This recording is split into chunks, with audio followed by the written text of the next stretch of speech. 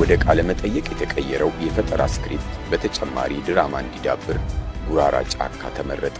እኔ የኢትዮጵያ ሕዝብ ነው ያሳዝነኝ። ድራማ በዛ የሚሰራው ድራማ በዛ ላይ እንኳን በትክክል የሆነ ድራማ አይደለም እየተሰራበት ያለው። ደፋሪ ሐሳዊ ተዋናዮች ሆነው በኢቢኤስ ካሜራ ተቀረጹ። መንግስትም ኢቢኤስም አንድ ናቸው እኮ። የመንግስት አፍ ነው። ተጣሉ። በሰሩት ድራማ ተጣሉ። የሰሩት ድራማ ኢፌክቲቭ አልሆነም። ህዝቡን ሊያደናግር አልቻለም። ይሄ ህዝብ ኑሮ ራሱ ድራማ እየሰራበት በአስማት እየኖረ ያለ ህዝብ እኮ ነው። ትልቅ ሰራዊት አለኝ ያለው የኢትዮጵያ መንግስት ፍጥነቱ እንደ ሁሴን ቦልት ነው የፈጠነው። አሁን ይሄንን ድራማ ለመስራት እንዴ የኢየሱስ ክርስቶስ መጣና አጠገቤ አልጋ ላይ ተቀመጠ የሚል ሲተላለፍ እንዴት ነው ካውንስሉ ዝም የሚለው? ወንጌል እንዲህ አይነት አጀብን ትፈልጋለች ወይ? ወንጌል በቸርች ውስጥ ማጭበርበርን ትፈልጋለች ወይ? ውሸትን ትፈልጋለች ወይ? እኛ ጋር ለ5 ዓመት ነበር የሚጨነቁት ለፖለቲካ ምርጫ። አሁን ግን 5 ዓመት እንደፈለገ ነው። መቀለጃ እኮ ነው ያደረጉት የኢትዮጵያን ህዝብ።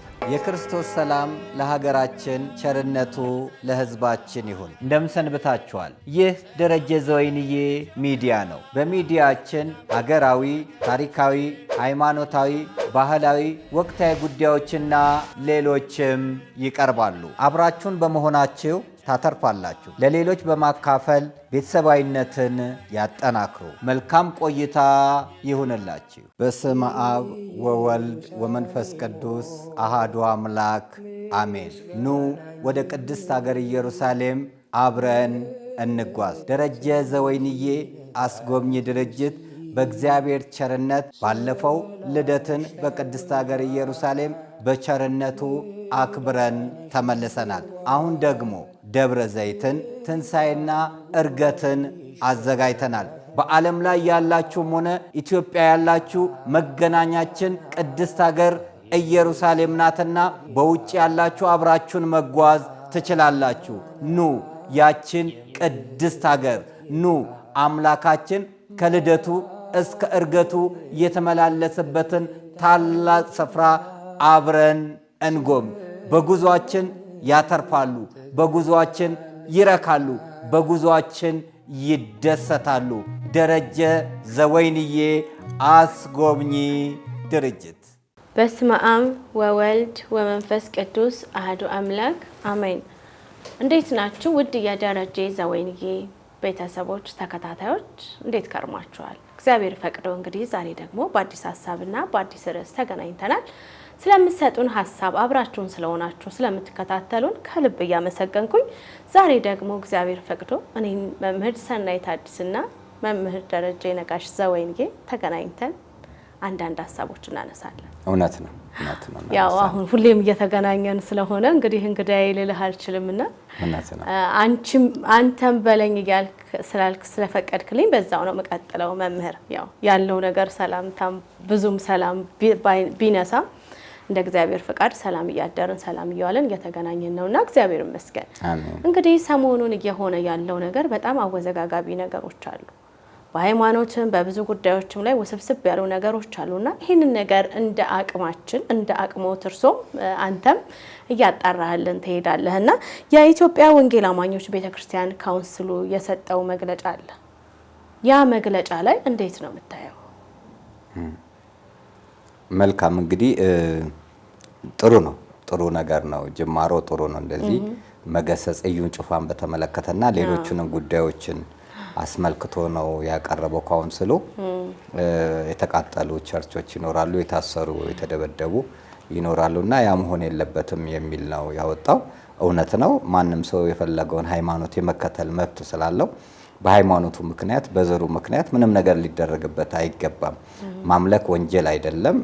ዘርን ፈልገሽ የተወለድሽበት አይደለም። ፈልገሽን ብትወለጅበት ደግሞ ልትጎጂበት አይገባም። ሰው ፈልጎ ዜግነቱንም ይቀይራል አይደል? በውጭ ዓለም እዚህ ለምን ይሄን ቀየርክ ብለሽ የምትቆጭበት ነገር አይደለምና ሀዘናችን ነው። እዩ ጩፋ ላይ የተናገሩት ንግግር በጣም ደስ የሚል ነው። ምክንያቱም እሱ አምባገነን ሆኖ እንግዲህ አዋሳ ላይ የተደረገው ነገር ወንጀል ነው። በነገራችን ላይ የህግ ባለሙያዎችም ሲናገሩ ነበርና ወንጀል ነው። ይሄ ልክ ስቴት ሪሊጅን አድርጎ ነው የክልሉ የተቀበለውና የሐዋሳ መስተዳድርንም እዛ ላይ የተሳተፉትን በሙሉ በህግ ደረጃ የሚያስጠይቅ ነው። ማን ስልጣን ሰጣቸው አንድን የሃይማኖት ሰባኪ በእንደዚህ አይነት የወታደራዊ አቀባበል የባለስልጣን አቀባበል ማድረጋቸውና የሌላውን ስነ ልቦና ለመጉዳት መሞከራቸው እጅግ ስህተት ብቻ ሳይሆን በወንጀል ደረጃ የሐዋሳንም ባለስልጣናት እዛ ላይ የተሳተፉበትን በሙሉ የመንግስት አካላትን የሚያስጠይቅ ነው። ያው ጠያቂ አካል በሚመጣበት ሰዓት የሚያስጠይቅ ነውና ካውንስሉ የወሰደው ወይንም ያቀረበው መግለጫ በጣም ጥሩ ነው፣ ትክክል ያልሆነ ነው። ሁለተኛ ታይታ ጠቀሜታም የለውም። በምድር እዩኝ ማለቱ ጥቅም የለውምና እዛ ላይ እንግዲህ አንዳንዴ ለመደበቅ የምትፈልጊውን ነገር ለመሸፈን ስትፈልጊ አቧራ ማስነሳት ሁኔታዎች ይታያሉና ያ አግባብነት የሌለው አሰራር ነው። እንደዚህ ሊያደርጉ ይገባል። አሁን ብዙ ጊዜ የሐሰተኛ ነቢያቶች የሚያደርጉትን እንቅስቃሴ እንደዚህ ካውንስሉ ሊቃወም ይገባል። አሁን አንዳንድ አይተሽ ከሆነ እስራኤል ዳንሳ ይመስለኛል ይሄ ሚራክል መኒ ምናምን ብሎ እንትን ሲል ወንጀል ነው። በነገራችን ላይ ያው ባንክ ብሔራዊ ባንክ ምንም አይልም፣ ቡኩን አምጥቶ ቢወውሩ ምንም አይልም እንጂ ገንዘብ እኮ መርገጥ አትችይም፣ ገንዘብ መቅደድ አትችይም፣ ገንዘብ ማቃጠል አትችይም። ግን እንደፈለጋቸው እንዲሆኑ ተፈተው ስለተለቀቁ እነዚህ ሐሰተኛ ነቢያት የሰዎችን ሕሊና ሲያቆሽሹ፣ ምክንያቱም ማጭበርበር ነው። ማጭበርበር ወንጀል ነው። በወንጀል የሚያስጠይቅ ስራ ነው እየሰሩ ያሉትና ይሄን ያክል ባንክ ገብቶልሃል እንዲያድርጋል ብሎ በአደባባይ ሲወጣ ይሄ ከፍተኛ የማጭበርበር ወንጀል ሆነ ሳለ የሚጠይቅ አካል ስለሌለ አቃቢ ግን ፖሊሱም ዝም ስላለ ተከታታይነት አዩና እዚህ ደረጃ በማርሽ ባንድ በተለያየ መሳሪያ ታጅቦ እንዲገባ መደረጉ እጅግ በጣም አሳፋሪ ነው እና ክልሉ የወሰደው እንቅስቃሴ ለኔ አሳፍሮኛል። ወደፊት እዛ ላይ የተሳተፉት ሁሉ በህግ መጠየቃቸው የማይቀር ነው። ነገር ግን በጣም የሚያሳዝነው ምንድነው የሃይማኖት ተቋማት ጉባኤ በጣም ምስኪን ነው። በቃ አቅም እንደሌለው የሚያሳይ ነው። ለዚህ ነው ከዚህ በፊትም መፍረስ አለበት ያልነው። ገባሽ? ወገናዊነትን ያዘነብላል ያልነው። እፎይንም ለመንካት መግለጫ ከሚያወጣ እንደ እዩ ጩፋ እንዲህ አይነት ህግ ጥሰት በአደባባይ ህግ ሲጥስ ክልሉ እንዲህ ሲያደርግ ይሄ ሃይማኖትን አይወክልም፣ እንዲህ አይነት አካሄድ መሆን የለበትም ለማለት ያልቻለ ነው የሃይማኖት ተቋማት ጉባኤ። ለምንድን ነው ብትይ የሃይማኖት ተቋማት ጉባኤ 7 ናቸው አባላቱ። ኦርቶዶክስ አለ፣ ሙስሊም አለ፣ ካቶሊክ አለ፣ 4ቱ ፕሮቴስታንት ናቸው። ስለዚህ 4ቱ ህብረት አላቸው። ሲፈልጉ ከሙስሊም ጋር ህብረት ይፈጥራሉ፣ ሲፈልጉ ካቶሊክን ይፈጥራሉ። ኦርቶዶክስ ተዋህዶ ቤተክርስቲያን ላይ ጫና ይፈጥራሉ። ለዚህ ነው ቤተክርስቲያኒቷ መልቀቅ ደረጃ ደርሳል ያለችውና ቤተክርስቲያኒቷ እኮ የሃይማኖት ተቋማት ጉባኤ ሳይኖርም የነበረች ናት፣ ቀድማም የነበረች ናት። ገባሽ? እንደውም የሃይማኖት ተቋማት ጉባኤ ከተመሰረተ በኋላ ነው ብዙ መከራዎች የደረሰባት፣ ብዙ መቃጠሎች የደረሰባት፣ ብዙ መዋረዶች የደረሰባት፣ ካህናቶቿ መታረድ የጀመሩበት፣ ቤተክርስቲያን በስፋት እየተቃጠለ ያለበት፣ መጽሐፍ ቅዱስ ሲቃጠል፣ ታቦት ሲናቅ፣ ተሐድሶች ተስፋፍተው እንደዚህ አይነት ንግግር ሲናገሩ፣ ተቋሟን ሲሰድቡ፣ ቅዱሳንን ሲሰድቡ፣ ቤተክርስቲያንን ሲሰድቡ፣ ኢየሱስ ክርስቶስን ሲያንቋሽሹ የታየው ከ15 ዓመት ወዲህ ነው። በተለይ በእነዚህ 7 ዓመታት ላይ ነው ቤተክርስቲያን ከፍተኛ ስደት ውስጥ የገባችው። የሃይማኖት ተቋማት ጉባኤ መቋቋሙ ለኦርቶዶክስ ተዋህዶ ቤተክርስቲያን የጠቀመው ምንድን ነው? ምንድን የጠቀማት? ሃይማኖቷ እንዲከበር ነው ያደረገው፣ ልጆቿ እንዲከበሩ ነው ያደረገው፣ ተቋሟ እንዲከበር ነው ያደረገው፣ አገልጋዮቿ እንዲከበሩ ነው ያደረገው። ምንድን ነው ያደረገው ስትይ ምንም ያደረገው ነገር የለም። ለምን? እንደውም ቤተክርስቲያኒቷ ላይ ስደት በረታ፣ መከራ በረታ፣ አርብ አደረጓት፣ ሰቀሏት እንጂ ያደረጉላት በጎ ነገር የለም። በተለያየ ቦታ የምታዩ በሃይማኖቱ ምክንያት ሲታረድ ነው የምታዩ፣ በሃይማኖቱ ምክንያት ሲፈናቀል ነው የምታዩ፣ በሃይማኖቱ አንገቱ ላይ ክር ስላለ መከራ ሲመጣበት ነው የምታዩ፣ ከስራ ሲባረር ነው የምታዩ፣ የሃይማኖት ቦታዎች ሲወሰዱ ነው የምታዩ። የሃይማኖት ተቋማት ጉባኤ እያለ መስቀል አደባባይ ኦርቶዶክሳውያን ተከልክለን ለሌሎች ሲፈቀድ ነው የምታዩ። እንደነዚህ አይነት ስራዎች እየተሰራ ስለሆነ ለኔ የሃይማኖት ተቋማት ጉባኤ ምንም ሊጠቅም የሚችል አይደለም። የሚጠቅም ጉዳይ ስላልሆነ ቤተክርስቲያኒቷ በዚህ ውስጥ መሳተፍና መቀጠል የለባትም። የሃይማኖት ተቋማት ጉባኤም ከዚህ በፊት እንዳልኩት ሊፈርስና ሊቆም የሚገባው ነው። ለምን? አሁንም አድሏዊ አሰራር አለ እና ጥሩ ያልሆኑ ስራዎች ናቸው እየተሰሩ ያሉትና እኔ እሱን በተመለከተ እኔ እዩ አይደለም እዩ ጩፋ አይደለም እንትኑ ያን የተቀበለው አካል ነው። እንደዚህ አይነት ስራ የሰራው አካል ትክክል አልሆን አይደለም። ግን የካውንስሉ የሰጠው መግለጫ ግን በጣም ብራቮ ብለናል።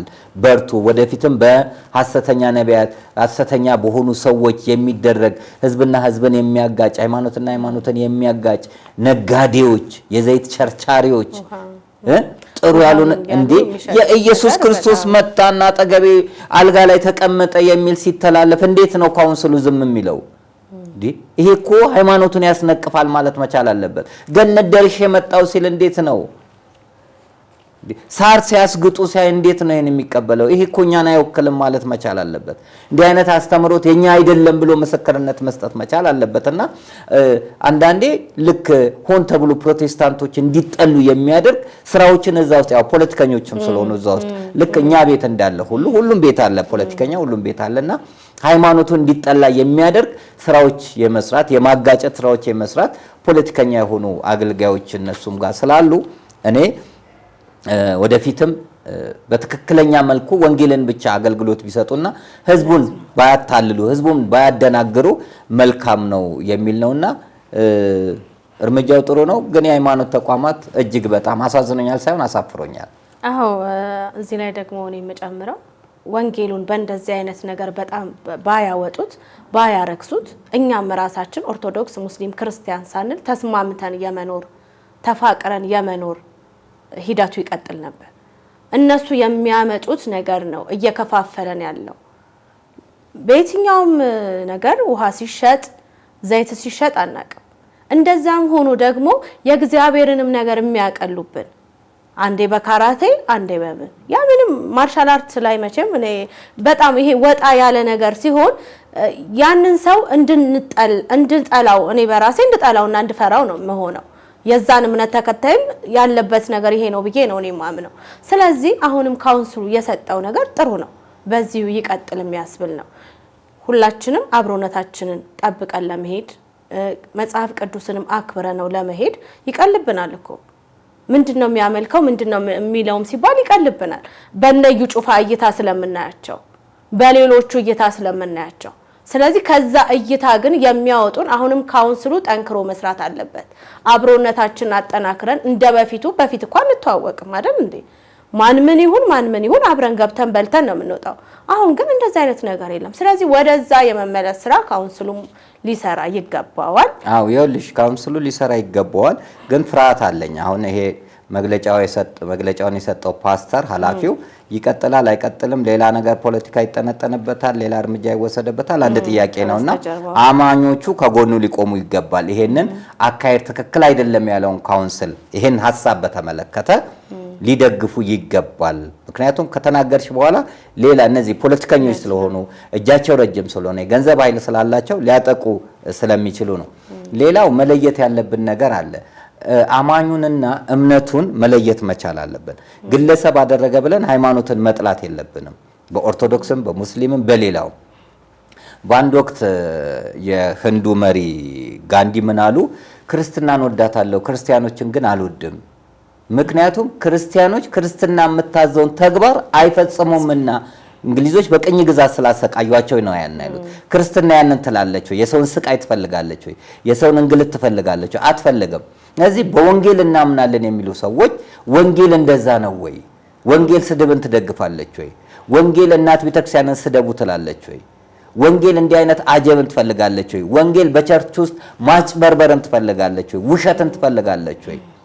ተሳዳቢ የሆኑ ሰዎች ጥሩ ያልሆኑ ሰዎች ሲተላለፉ ለምን ሊሉ ይገባልና መስተካከል መቻ እኛም ደግሞ እነዛን አይተን ሁሉንም እንትን የመጥላት ነገር የለብንም። ማንም በፈለገው ነገር የማመን መብት ስላለው መብቱን እኛ አይደለም የምንሰጠው። መብቱን የሰጠው ፈጣሪያችን አምላካችን መድኃኒታችን ኢየሱስ ክርስቶስ ስለሆነ ፍርዱን ለሱ በመተው እኛ ግን የራሳችንን የሆነ ሃይማኖታችንን ትክክለኛ የሆነውን መግለጥ ነው መቻል ያለብንና እውነትም ስለሆነ እውነት ያለው ሰው ደግሞ ምን ጊዜም ወደ ኋላና የሚል ወይንም የሚፈራ ስላልሆነ በዛው መልኩ ነው መደረግ ያለበትና በየቦታው ላይ የምታያቸው ጥሩ ያልሆኑ ነገሮች ሊቆሙ ይገባል። ያው እኛም ቤት አይተሻል ሊቃነ ጳጳሳትን ሳይቀር ነው የምንናገረው። ጠልተናቸው አይደለም፣ ስራው ትክክል አይደለም፣ ፖለቲከኛ ሆናችኋል፣ አሳልፋችሁ ቤተክርስቲያንን ሸጣችኋል፣ ዘር ላይ ተንተርሳችኋል፣ ይሄ አግባብ አይደለም ብለሽ ትናገሪያለሽ። የምትናገሪው የትኛውም ቦታ ላይ ያለውን አግባብነት ያለው ስራ ካልሰራ ጥሩ ያልሆኑ ነገሮች ስለሆኑ ትቃወሚያለሽ። እስልምና ውስጥ ሆነው ጠብ የሚያጫሩትን ትቃወሚያለሽ። አሁን ከቀረጻው በፊት እንዳወራ ነው ይሄ መጽሐፍ ቅዱስን የሚያቃጥሉ አዋጅ፣ የጦርነት አዋጅ የሚያውጁ ጥሩ ያልሆነ ስራ የሚሰዱ ቤተክርስቲያኒቷን ለማንቋሸሽ የሚሞክሩ እነዚህ የሞቱ ዝንቦች ናቸው። የሞቱ ዝንቦች የተቀመመውን የዘይት ሽቶ ያገሙታል ይላል ጠቢበ ሰለሞን። ዝንቦች እኮ አላለም የሞቱ። ስለዚህ እነዚህ ሙታን ናቸው። አሁን እሱ መጽሐፍ ቅዱስን ስላቃጠለ ቤተክርስቲያኒቷ ምን ትሆናለች? 1000 መጽሐፍ ቅዱስ ቢያቃጥል የኛ ይኸውልሽ መጽሐፍ ቅዱስ በዓለም ላይ የለም ቢባል የኛ በገዳም ያሉ አባቶች ብቻቸውን ቤተ መጽሐፍት ናቸው። እውነት ነው። ብቻቸውን እኛ አንድ ስልክ ቁጥር ለመመዝገብ 09 ያዝልኝ ነው የምንለው። እነሱ ግን ቅዳሴ ማርያሙን በቃላቸው መልካም መልኩን በቃላቸው ነው የሚሉት። ስለዚህ ብቻቸውን ቤተ መጽሐፍት የሆኑ ብዙ አባቶች አሉ። አንዴ አስታውሳለሁ እስቴ መካነ ኢየሱስ ቤተክርስቲያን ገዳም የነበረው አባት 42 ዓመት ነው ያስተማሩት። አንድ ገዳም ደግሞ የቤተክርስቲያን ቀንድ የተባሉ አባት አሉ። የእውቀት እንትን የሆኑ ከደሴ 10 ኪሎ ሜትር ላይ ነው ስላሴ ቦታ ላይ ነውና እዛ ቦታ ላይ 35 ዓመት ተምረዋል፣ 30 ዓመት አስተምረዋል። እንዴ እስቲ አስቢው እውቀታቸውና ፈራሃ እግዚአብሔር ስላላቸው እኮ ነው ያንን የሚያደርጉትና የኛ አባቶች በራሳቸው ቤተ መጻሕፍት ናቸው። ችግር የለብንም። ነገር ግን ከዚህ በፊትም ቤተክርስቲያን ላይ ስደት ሲመጣ ዘመነ ሰማዕታት በነበረበት እና ዲዮቅልጣኖስ በነገሱበትና ክርስቲያኖችን በሚያርዱበት በሚያቃጥሉበት ሰዓት ወንጌል አልጠፋም።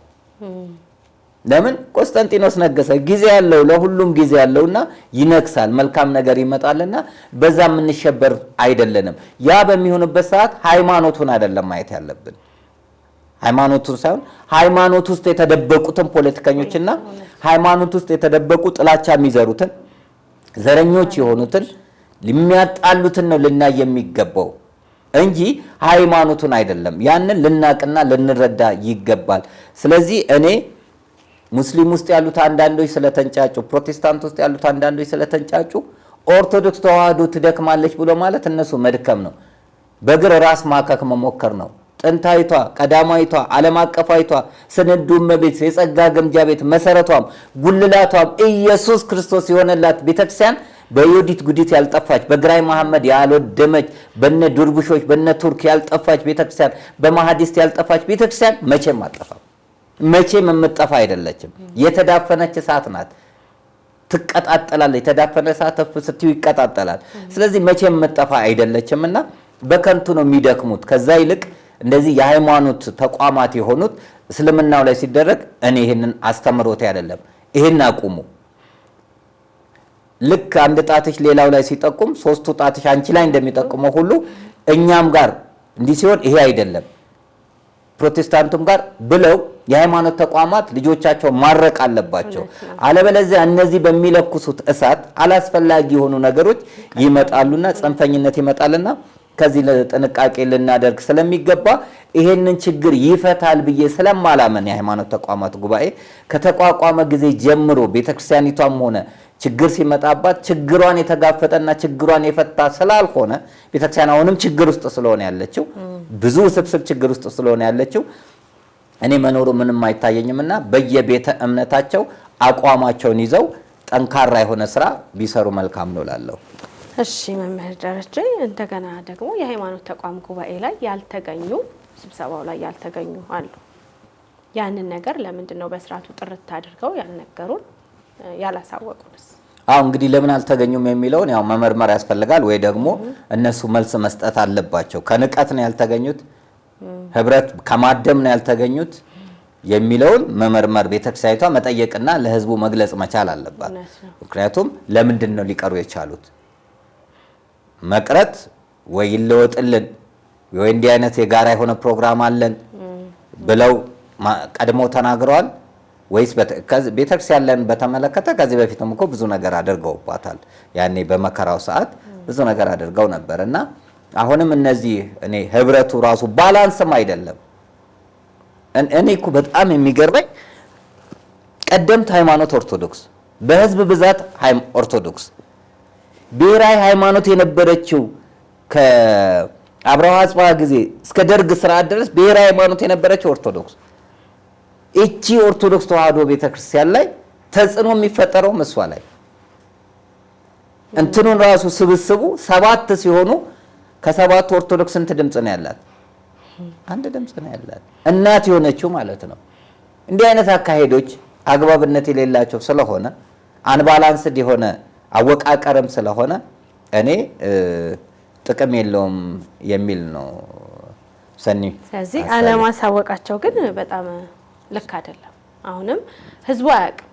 ህዝቡ ግልጽ ብሎ አንድ ተቋም እኮ ሲቀመጥ ስራ አለው አይደል? ራሱ የሃይማኖት ተቋማት ጉባኤን ህዝቡ ያውቀዋል ወይ? ሚዲያውን የማይከታተል ብዙ ህዝብ አለ። ለምን እየሞተ እኮ ነው፣ አልደረሰለትም። እየተፈናቀለ ነው፣ አልደረሰለትም። ቤተ ክርስቲያን ስትሄድ እኮ እጇን የተቆረጠች አለች በሰይፍ። ቤተ ክርስቲያን ለኪዳን ሄደው ማን ይደርስላቸዋል? እዚህ እንግዲህ በጣም ልናይ ይገባል። የራሳችን ድክመት ነው። ሃይማኖት ተቋማት ላይም አንድ ኦርቶዶክስ ብቻ ሲኖር ለምን ብሎ አለመጠየቅ ነው የሁሉ ነገር የመጣውና አንፍራ። አሁንም ይሄ ነገር የሚያሳየው ፍራቻ ስላለን ወይም እንዳልከው ደግሞ መምህር ከፖለቲካ ጋር የተያያዘ ነገር ካላቸው እንዳልከው እንግዲህ ሁሉም ራሱን ያጣራ፣ ለሁሉም ነገር ቀን ስለሚፈታው እንመለስ። እስኪ ሰሞኑን ደግሞ በኢቢኤስ ሚዲያ ላይ በቴሌቪዥን ላይ የብርቱካን ነገር አነጋጋሪና አወዛጋቢ ሆኗል። እህታችን ተደፍራለች ብለን እንግዲህ ሰርተናል። አሁን ደግሞ እየመጣ ያለው በየሚዲያው ላይ ከፖለቲካ ጋር ያያይዙታል። አለች ይባላል፣ ተጋብታ አግብታ ወልዳለች ይባላል፣ ብዙ ነገር አለ። ኢቢኤስ ቴሌቪዥን ግን መጀመሪያ ሲያቀርብ ጥንስስን እስከነ መጨረሻው ነው አይደለ? እስከነ ጠላው፣ ከጥንስስ እስከነ ጠላው ችግሩን ከመጀመሪያ አንስቶ እስከ መጨረሻው ያለውን ሂደት በደንብ ሊያሳውቀን ይገባ ነበር። ይቺ ልጅ ትክክለኛ ተደፍራለች፣ አዎ ተደፍራለች። ከዛ በኋላ ግን እየተደረገና እየተሰራ ያለው ነገር ምንድን ነው? ይሄም ሁሉ ደግሞ ጣቶች ሁሉ የሚያመለክቱት ወደ ማን ነው? መጀመሪያ ወደ ጠነሰሰው ወደ ኢቢኤስ ነው። ስለዚህ አንተ ደግሞ ምን የምትለው ነገር አለ? አዎ እንግዲህ በጣም እኔ የኢትዮጵያ ሕዝብ ነው ያሳዝነኝ። ድራማ በዛበት በጣም የሚሰራው ድራማ በዛ ላይ እንኳን በትክክል የሆነ ድራማ አይደለም እየተሰራበት ያለው። እዚህ ጋር ድንግል ናት ይላል፣ እዛ ጋር ነብሰ ጡር ነበረች ይላል። የሚነገሩት ንግግሮች፣ ስሞች፣ ምኖች በጣም ውሸቶች ስታይ ታዝኛለሽ። ይሄን ህዝብ ለምን ትዋሸዋለሽ? ይሄ ህዝብ ኑሮ ራሱ ድራማ እየሰራበት በአስማት እየኖረ ያለ ህዝብ እኮ ነው። በደሞዝ እየኖረ ሳይሆን በእግዚአብሔር ቸርነት እየኖረ ያለ ህዝብ እኮ ነው። ደሞዙና ኑሮው ይመጣጠናል ወይ? ቤት ኪራዩ፣ ምግቡ፣ ትራንስፖርቱ ይመጣጠናል ወይ? ዛሬ ሻይ እኮ ወጥቶ ለመጠጣት የሚሳቀቅ ሰው አለ። ምግብ አስሮ ለመሄድ ቢሮ ላይ የሚሳቀቅ ሰው አለ። በብዙ ስቃይ ውስጥ ያለ ሰው፣ ሰላም ያጣ ሰው ብዙ ሰው እኮ አለ። የተጨነቀ ብዙ ሰው እኮ አለ። እየተንገላታ ያለ ብዙ ሰው እኮ አለ። ከአመት አመት ልብስ መለወጥ ያልቻለ ብዙ ሰው እኮ አለ። በዓል መጣብኝ እንጂ መጣልኝ የማይል ብዙ ሰው እኮ አለ። ስጋን እያየ በአምሮት የሚቃጠል ብዙ ሰው እኮ አለ። ውሃ አጥቶ የሚሰቃይ፣ መብራት አጥቶ የሚሰቃይ በጣም ብዙ ሰው አለ። እንዲህ አይነት መከራ ውስጥ ያለ ሰው ላይ እንደገና ደግሞ ድራማ ስትሰሪበት በጣም ያሳዝናል።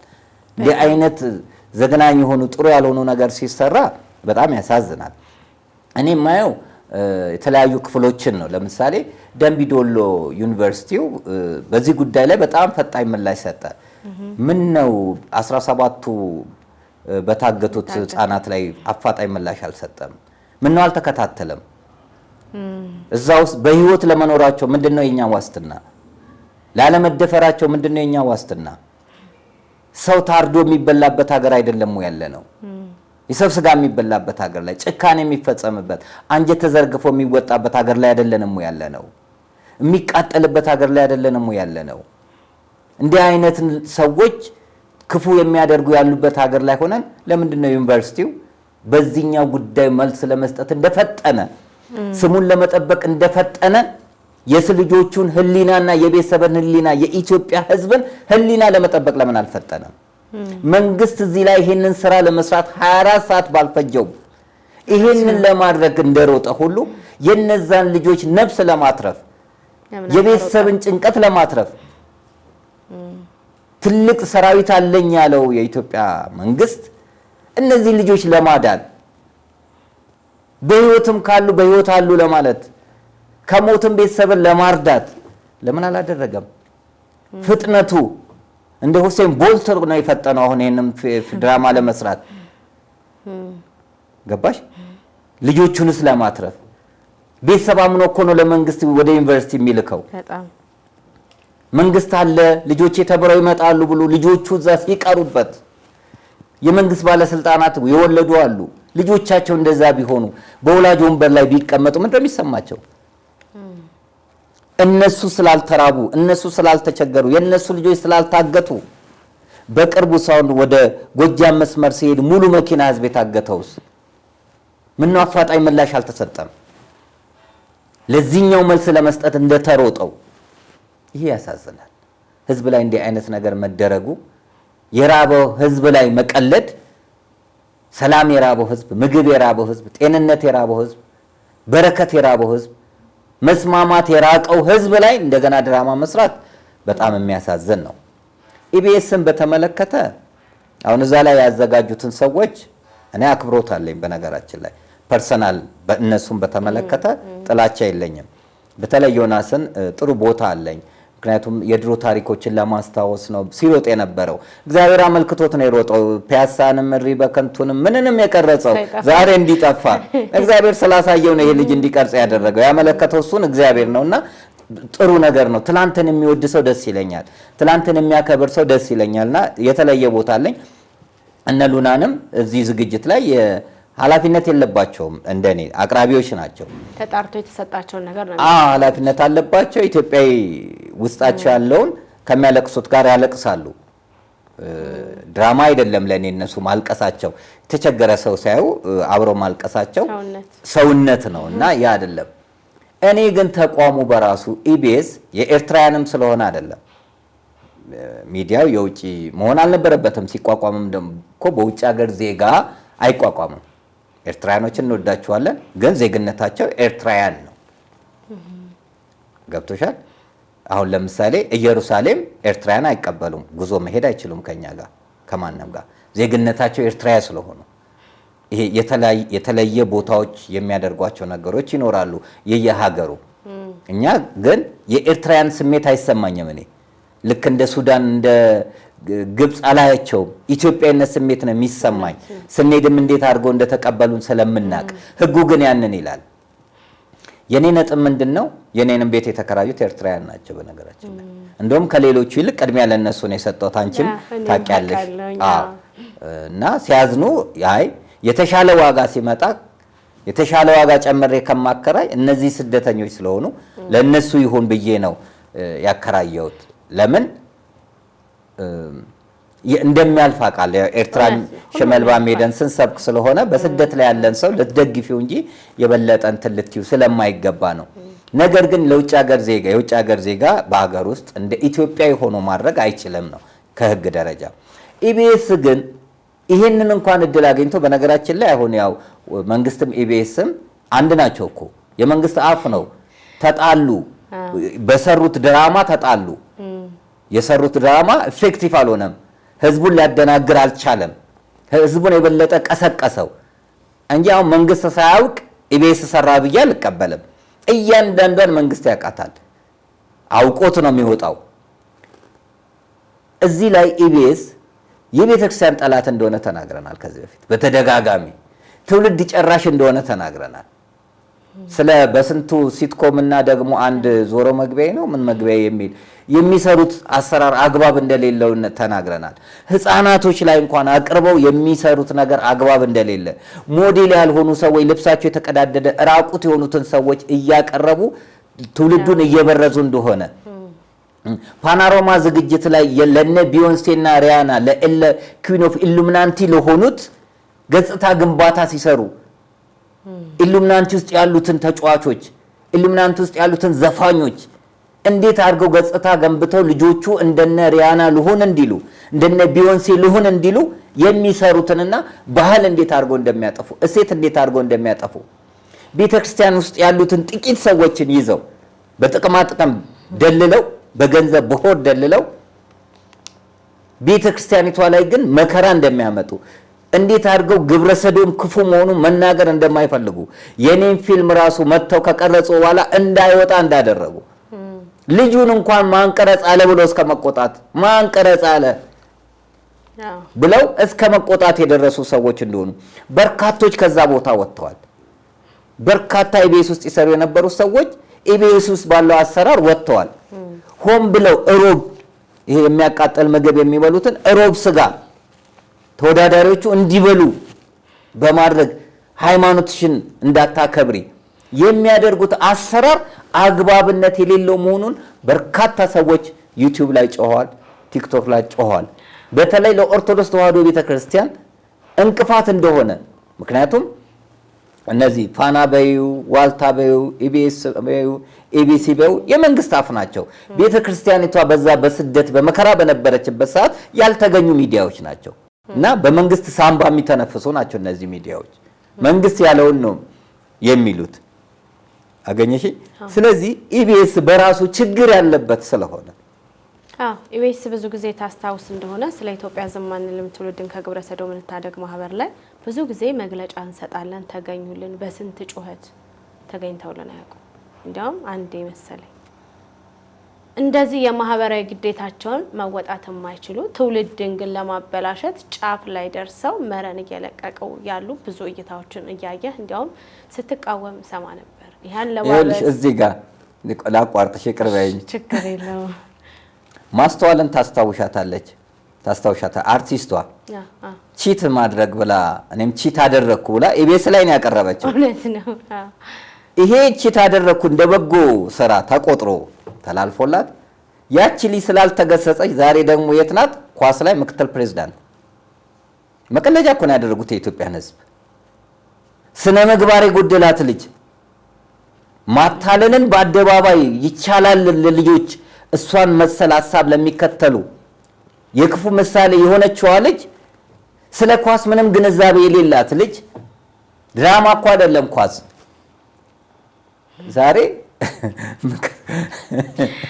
እና ምን አይነት ስራ እየተሰራ ነው ስትይ ህዝቡ ላይ ፖለቲከኛ ሁኝ እንጂ አንድ ወቅት መለስ ዜናዊ ምን አለ? እኛ ዘበኛም ይሁን የኛ አባል ከሆነ መሆን ይችላል የፈለገበት አለ። ዕውቀት ሳይሆን ፖለቲከኛ መሆን ነው። ብልጽግና ከሆንሽ የትኛውን ቦታ ላይ ሹመት ይሰጥሻል። ዕውቀት ኖረሽ አልኖረሽ ለዚህ እኮ ነው አይተሽ ከሆነ ሚኒስትሮች ሲሾሙ በሶስት ወር ሁሉ ይቀያየራሉ። ከአንዱ ቦታ ይነሱ ምኑን አውቀውት ሲስተሙ እንግዲህ አይደለም። እዛ ጋር ያለው አንድ ማዕድን ሚኒስቴር ላይ ስለ ማዕድን ሚኒስቴር ዕውቀት ማወቅ አለብሽ። እውነት ነው። ያ እኮ ነው ታዲያ ክላሽ እያደረግን ያለ ነው ግመምህ። ይሄልሽ ያ ነው ክላሽ እያደረግን ያለ ነው። ማስተማር የማይችልን ሰው ገብተህ አስተምር ብለን እንሰጠዋለን አይደል? መጀመሪያ ግን ማን ነው መማር ያለበት? ራሱ እኮ ነው መማር ያለበት። ከቀበሌ ብድግ ብለው ቶሎ ተነስተው የት እንደሚደርሱ እናያለን። መጀመሪያ የቀበሌኛ አስተሳሰባቸውን ትተው መማር አለባቸው። ለሚሰሩት ስራ መወጣትና ዕውቀት ያላቸው መሆን። ለዛ እኮ ነው እየወደቀን ያለ ነው። ለዛ እንዴ ኮምፒውተር ነካክተው የማይችሉ ሰዎች ቁጭ ብለው እኮ ነው ሲስተም የለም እያሉ ህዝቡን ሲያደነቁሩት የሚሉት። ተምሮ መግባትን እኮ ሲስተምማ በስማም ዕውቀት የለም ማለት እኮ ነው። ዕውቀት የለም እኮ ቢባል አንድ ሰው በእውነት በጣም ነው የሚያሳፍረው። ያሳፍራል። የሆነ ሲስተም ላይ ገብተው አውጥተው መስራት የማይችል ቁጭ ብሎ ህዝቡ ለዛ ነው እየመረረን ያለው። ይኸውልሽ ይሄ ነው እንኳን ሌላ ታዩ ይሄ ክፍለ ከተማ ወረዳን ትተሽ በሚኒስትር ማዕረግ የሚመረጡ ሰዎች ለቦታው ይመጥናሉ ወይ ብለሽ ማሰብ አለብሽ። ያንን ስራ ስለ ቴሌኮሙኒኬሽን ላይ የሚመደበው በዛ ደረጃ ቴክኖሎጂውን ያውቀዋል ወይ? ከዛ ይመጣና ግብርና ላይ ይመደባል። ምን አይነት ዕውቀት አለው? ማዕድን ላይ ይመደባል። ህግ አቃቢ ህግ ቦታ ላይ ይመደባል። ስለ ህግ ምንድነው ያለው ግንዛቤ? እንደዚህ አይነት ሁሉን እናቃለን ባዮች ሰው ሁሉን ሊያውቅ አይችልም። በአንድ ነገር ነው ፕሮፌሽን ሊሆን የሚገባው። አሁን ዶክተሮችን ብታይ ሐኪም ናቸው። ግን የአይን ሐኪም አለ፣ የጆሮ ሐኪም አለ፣ ከአንገት በላይ አለ፣ ፓቶሎጂስት አለ፣ የህፃናት አለ፣ የእንስሳት አለ። ዶክተር ስለሆኑ ሁሉን ይችላሉ ማለት ግን አይደለም። በአንዱ ስፔሻላይዝድ ያደርጋሉ። በዛ ነገር ላይ ነው። የስኳር ሐኪሞች አሉ፣ የካንሰር ሐኪሞች አሉ፣ የአጥንት ሐኪሞች አሉ። ዶክተር ስለሆነ የአጥንት ሐኪም በአጥንቱ ስራ ላይ ስፔሻላይዝድ ያደረገው ጋር ነው የምትሄጂው። እኛ ጋር ግን ሚኒስትሮቹ እንደፈለጉ ሁሉም ቦታ ላይ የመሆን ለምን ለፖለቲካና ለዘር ታማኝ እስከሆኑ ድረስ መንግስትን እስካልጎረበጡ ድረስ ይሄ አሰራር ቤተክርስቲያን ውስጥ ምን ነው የሚመጣው? ጵጵስና የሚሾመው ሰው ለመንግስትና ለቤተ ክህነት ለነሱ የሚመች ሰው ከሆነ ዕውቀት ኖረው አልኖረው አይደለም የሚፈልገው፣ ስነ ምግባር ነው አይደለም የሚፈልገው። እንዲህ አይነት ቀኖናዊ ጥሰቶች ባለፈው ተካሄዱ። እንዲህ አይነት አሰራሮች አግባብነት የሌላቸው ስለሆነ ሰው በእውቀቱ እና በኢትዮጵያዊነቱ ነው ሊመረጥ የሚገባው። በጾታው አይደለም። የጾታ ኮታ የለም፣ የዘር ኮታ የለም። በኢትዮጵያዊነቱ እና ባለው እውቀት ቦታውን ሊመጥን በሚችለው እውቀት። እኔ አካውንቲንግ ሳላውቅ እንዴት ነው ሂሳብ ላይ የምመደበው? እሱን ነገር በደንብ ወይ ጊዜ ሰተን ሰፋ ያለ ስለሆነ በደንብ ማየት አለብን። ከስር እስከ መሰረቱ እየተነጋገርን መሄድ ስላለብን እና ብሮድካስት ራሱ በራሱ ምን አይነት ስራ እየሰራ ነው ያለው? ከዚህ በፊት ኢቢኤስ ላይ እኮ መልካሙ ኦጎ ክስ አቅርቦ ነበር። ራቁቷን ስለቀረበችው ልጅ የስነ ምግባር ጉድለት ነው፣ ትውልድን ማበላሸት ነው። ኢቢኤስ ያው ትውልዱ አሁን የሚፈልገው ምንድነው? ስድብን፣ መበሻሸቅን፣ የማይሆን ነገርን ስለሆነ የሚፈልጉት ለነሱ እንዲመች ሆኖ ዋዛ ፈዛዛዎችን ይቀበላሉ። ዛሷ ቲክታክ የተመረጠበት ምክንያት በአጭር በደቂቃ ውስጥ የሚፈልጉን መልእክት እንዲተላለፍላቸው ስለሚፈልጉ እነዚህ ተሳዳቢ እስከ መሸለም የደረሱበትና እውቅና የተሰጣቸው አዋርድ ያገኙበትና የዜና ሽፋን እንዲሰጣቸው የተደረገበት ዋናው ምክንያት ይሄ ነው። ትውልዱን የሚያጠፉ ነገሮች ይበረታታሉ። አንዴ ትዝ ይልሻል የመጠጥ ማስታወቂያ ግንቡን ጥሶ እስኪሄድ ድረስ እየተደረገ ህዝብ አሁን መጠጥ አይደለም የሚፈልገው ዳቦ ነው። ዳቦ ቤት ዳቦ ነው የተራበው ህዝቡ። ግን ለህዝቡ ዳቦ ነው ወይ እየቀረበለት ያለው የሚለውን ስንመለከት፣ ሁለተኛ አምባገነናዊነት በጣም እየበዛ መጣና በቃ ተደርጎ የማይታወቅ ለምሳሌ ይሄ ኮሪደር ልማት፣ መፈናቀል፣ ቤተክርስቲያንን ሰው አልባ ማድረግ፣ ምእመናን አልባ ማድረግ ታዩሽ። ይሄን ገንዘቡ ከየት መጣ? ይሄን ገንዘብ ማን ነው ሊቆጣጠር የሚችለው? አንድ ግለሰብ እኮ ሊቆጣጠር አይችልም። በፍጹም አይችልም። ለምን? የኢትዮጵያ ህዝብ ገንዘብ ነው። በማንም ይምጣ በምን የኢትዮጵያ ህዝብ ገንዘብ ነው። አንድ ቋት ውስጥ ገብቶ ተወካዮች ምክር ቤት ፕሮጀክት ቀርቦለት አጽድቆ ባለሙያ ተወዳድሮ ነው ስራ መሰራት ያለበት። አሁን ግን የሚፈልገው ሰው ነው የሚሰራው። ነገ ይሄ ቦታ ታይዋለሽ ወይ መሬቱ ሲሸረሸር ታይዋለሽ፣ ጉዳት ሲያመጣ ታይዋለሽ። ያለ ጥናት የሚሰራ ያለ ውድድር የሚሰራ በፖለቲካ የሚሰራ የሚፈልጓቸውን ብቻ የሚያሰሩ ብሩ እንደፈለገ ቢባከን አገሪቷ ዕዳ ውስጥ ትዘፈቅ እንጂ ማንም ሀይ የማይል ማን ነው የተወዳደረው? እስቲ ካምፓኒ ይሄን ለመስራት የተወዳደረው በብሩስ ላይ ስልጣን ያለው ማን ነው ስትይ ግለሰብ ነው ስልጣን ያለው። ከዚህ በፊት ይሄ የባቡር መንገድ የተሰራው ያለ ጥናት ነው። እኛ ሀገር ምን አለ መሰለሽ ጥናት የተባለ የለም። እቅድን ለማቀድ እኮ ማጥናት ያስፈልጋል። እቅድና ጥናት ክፍል ነው አይደል የሚባለው? ዛሬ የተሰራው አስፋልት ነገ ይፈርሳል። ዛሬ የተሰራው አደባባይ ነገ ይፈርሳል። ዛሬ ፎቅ ሰርተው ተፈቅዶላቸው ነገ ይፈርሳል። ለምን? ያለ እቅድ የሚሰራ እዛው እያፈረስን የምንገነባ ስለሆነ በጉልበት እኮ ነው፣ ጥናት የሌለበት። እንደውም ብዙ ጊዜ ተናግሬያለሁ። ስዊድን ስቶክሆልም ላይ መድኃኔዓለም ቤተክርስቲያንን ለመስራት ብለው ቦታ አላቸው። ግን የዛሬ 100 ዓመት የመስጠም አደጋ ስለሚደርስበት ብሎም ቢያል ለ100 ዓመት ትውልድ ይጨነቃሉ። እኛ ጋር ለ5 ዓመት ነበር የሚጨነቁት ለፖለቲካ ምርጫ። አሁን ግን 5 ዓመት እንደፈለገ ነው። ስለዚህ የሰራሽውን ቤት ግንባታ ፍቃድ ወስደሽ ሰርተሽ ተፈቅዶልሽ መኖር ስትጀምር ይፈርሳል። በዚህ በማፍረስ ሂደት ውስጥ ስንት ሰው ከበረ። አይፈርስብህም እያለ ጉቦ እየተቀበለ እንዲፈርስበት ያደረገ ስንት አለ። በዚህ በማፍረስ ሂደት ውስጥ ስንት ሰው ራሱን አጠፋ። ስንት ሰው በሽተኛ ሆነ። ስንት ሰው ሀገሩን ጠላ። ስንት ሰው ማንነቱን ጠላ። ምን ነው ኢትዮጵያ ውስጥ ባልኖርኩ ያለ ስንት ሰው አለ። ስንት ሰው ተሰደደ።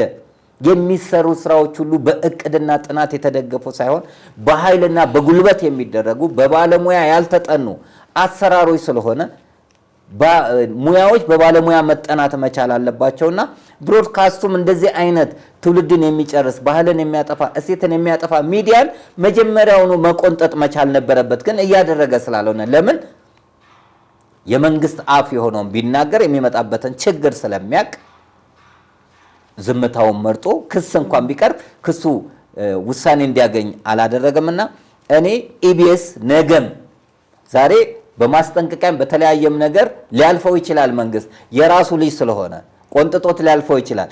ነገም ግን ሀገሪቷ ላይ ቤተክርስቲያኒቷ ላይ ችግር ከመፍጠር ወደኋላ የሚል አይደለም እላለሁ። እሺ መምህር እጅግ አድርጌ አመሰግናለሁኝ። ሌላ የምትጨምረው ሀሳብ ይኖራል?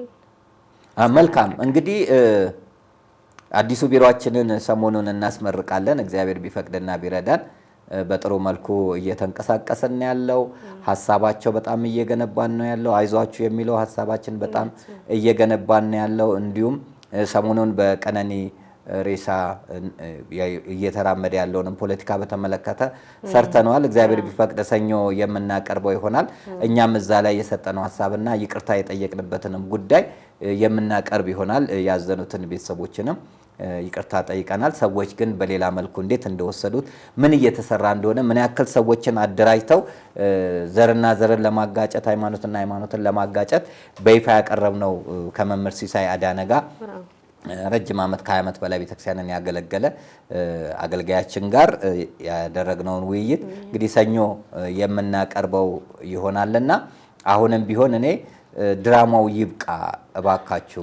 ስለዚህ ዩኒቨርሲቲውም ስለ ደምቢዶሎ ስለተወሰዱት ስለጠፉ ሰዎች ይጨነቅ፣ መንግስትም ስለሱ ይጨነቅ። እኛም ደግሞ እግዚአብሔር እውነቱን እንዲያወጣ እውነትን ወደ አውጪውና እውነት ወደ ሆነው ወደ እግዚአብሔር እንጸልይ ነው ማለት ይሄው ነው እንግዲህ። እሺ መምህር ጋር አመሰግናለሁ። እንግዲህ ተከታታዮቻችን የደረጀ ዘወይንዬ ሚዲያ ተከታታዮች ቆይታችን ይህን ይመስል ነበረ። እውነት ነው አንበደል የሌለ ነገር አለ እየተባልን አንቁሰል። ባለው ነገር ያለን ነገር ችግራችን ይበቃናልና አብራችሁን ስለሆናችሁ ከልብ እያመሰገንኩኝ ሰብስክራይብ፣ ሼር እንደዚሁም ደግሞ አስተያየታችሁን እየጻፋችሁልን እንቀጥል። እስኪ ደግሞ ሰብስክራይቡን ከፍ አድርገን 1 ሚሊዮን ገብተን አንድ ፕሮግራም እናዘጋጃለን አይደል እንዴ መምህር? እንደ እግዚአብሔር ፈቃድ። በነገራችን ላይ የሰብስክራይብ ብዛት አይደለም እኔ እውነት ነው የተመልካችን ነው የምፈልገው። እኔ ስጀምርም ብያለሁ እውቀት ላይ የተንተራሰ ስራ እንስራ። 5000 የተጣራም ካለ ከስር እየሰራሽ መሄድ ስለሆነ ለምን ብዙ ሰብስክራይብ ኖሯቸው ግን ኢትዮጵያዊነት ላይ የማይሰሩ ባህል ላይ የማይሰሩ ትውልዱን የሚያጠፉ ቲክቶከሮች እና አንዳንድ ዩቲዩበሮችም ስላሉ የሰው መብዛት ሳይሆን ስራዬ ለህዝቡ ጠቅሟል አልጠቀመም የሚለውና ጠቅሟል አልጠቀም ነው የማየውን በዛ ስለሆነ እንግዲህ አድማጮች የማን ሀሳብ ያሸንፋል እናያለን። ደህና ቆዩልኝ። መልካም። በስመ አብ ወወልድ ወመንፈስ ቅዱስ አሃዱ አምላክ አሜን። ኑ ወደ ቅድስት ሀገር ኢየሩሳሌም አብረን እንጓዝ። ደረጀ ዘወይንዬ አስጎብኚ ድርጅት በእግዚአብሔር ቸርነት ባለፈው ልደትን በቅድስት ሀገር ኢየሩሳሌም በቸርነቱ አክብረን ተመልሰናል። አሁን ደግሞ ደብረ ዘይትን ትንሣኤና ዕርገትን አዘጋጅተናል። በዓለም ላይ ያላችሁም ሆነ ኢትዮጵያ ያላችሁ መገናኛችን ቅድስት ሀገር ኢየሩሳሌም ናትና በውጭ ያላችሁ አብራችሁን መጓዝ ትችላላችሁ።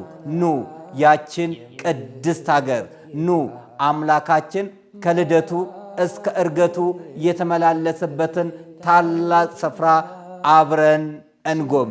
በጉዟችን ያተርፋሉ፣ በጉዟችን ይረካሉ፣ በጉዟችን ይደሰታሉ። ደረጀ ዘወይንዬ አስጎብኚ ድርጅት። እኛ በትላንትናና በነገ መካከል ያለን ዛሬ ነን። ዛሬ ላይ ሆነን ነገን በበጎ ነገር እንገንባ። ነገ አዲስ ቀን ነው፣ ቀኑም ደግሞ ደስ ይላል። ደረጀ ዘወይንዬ ሚዲያ ኢትዮጵያዊ ማንነት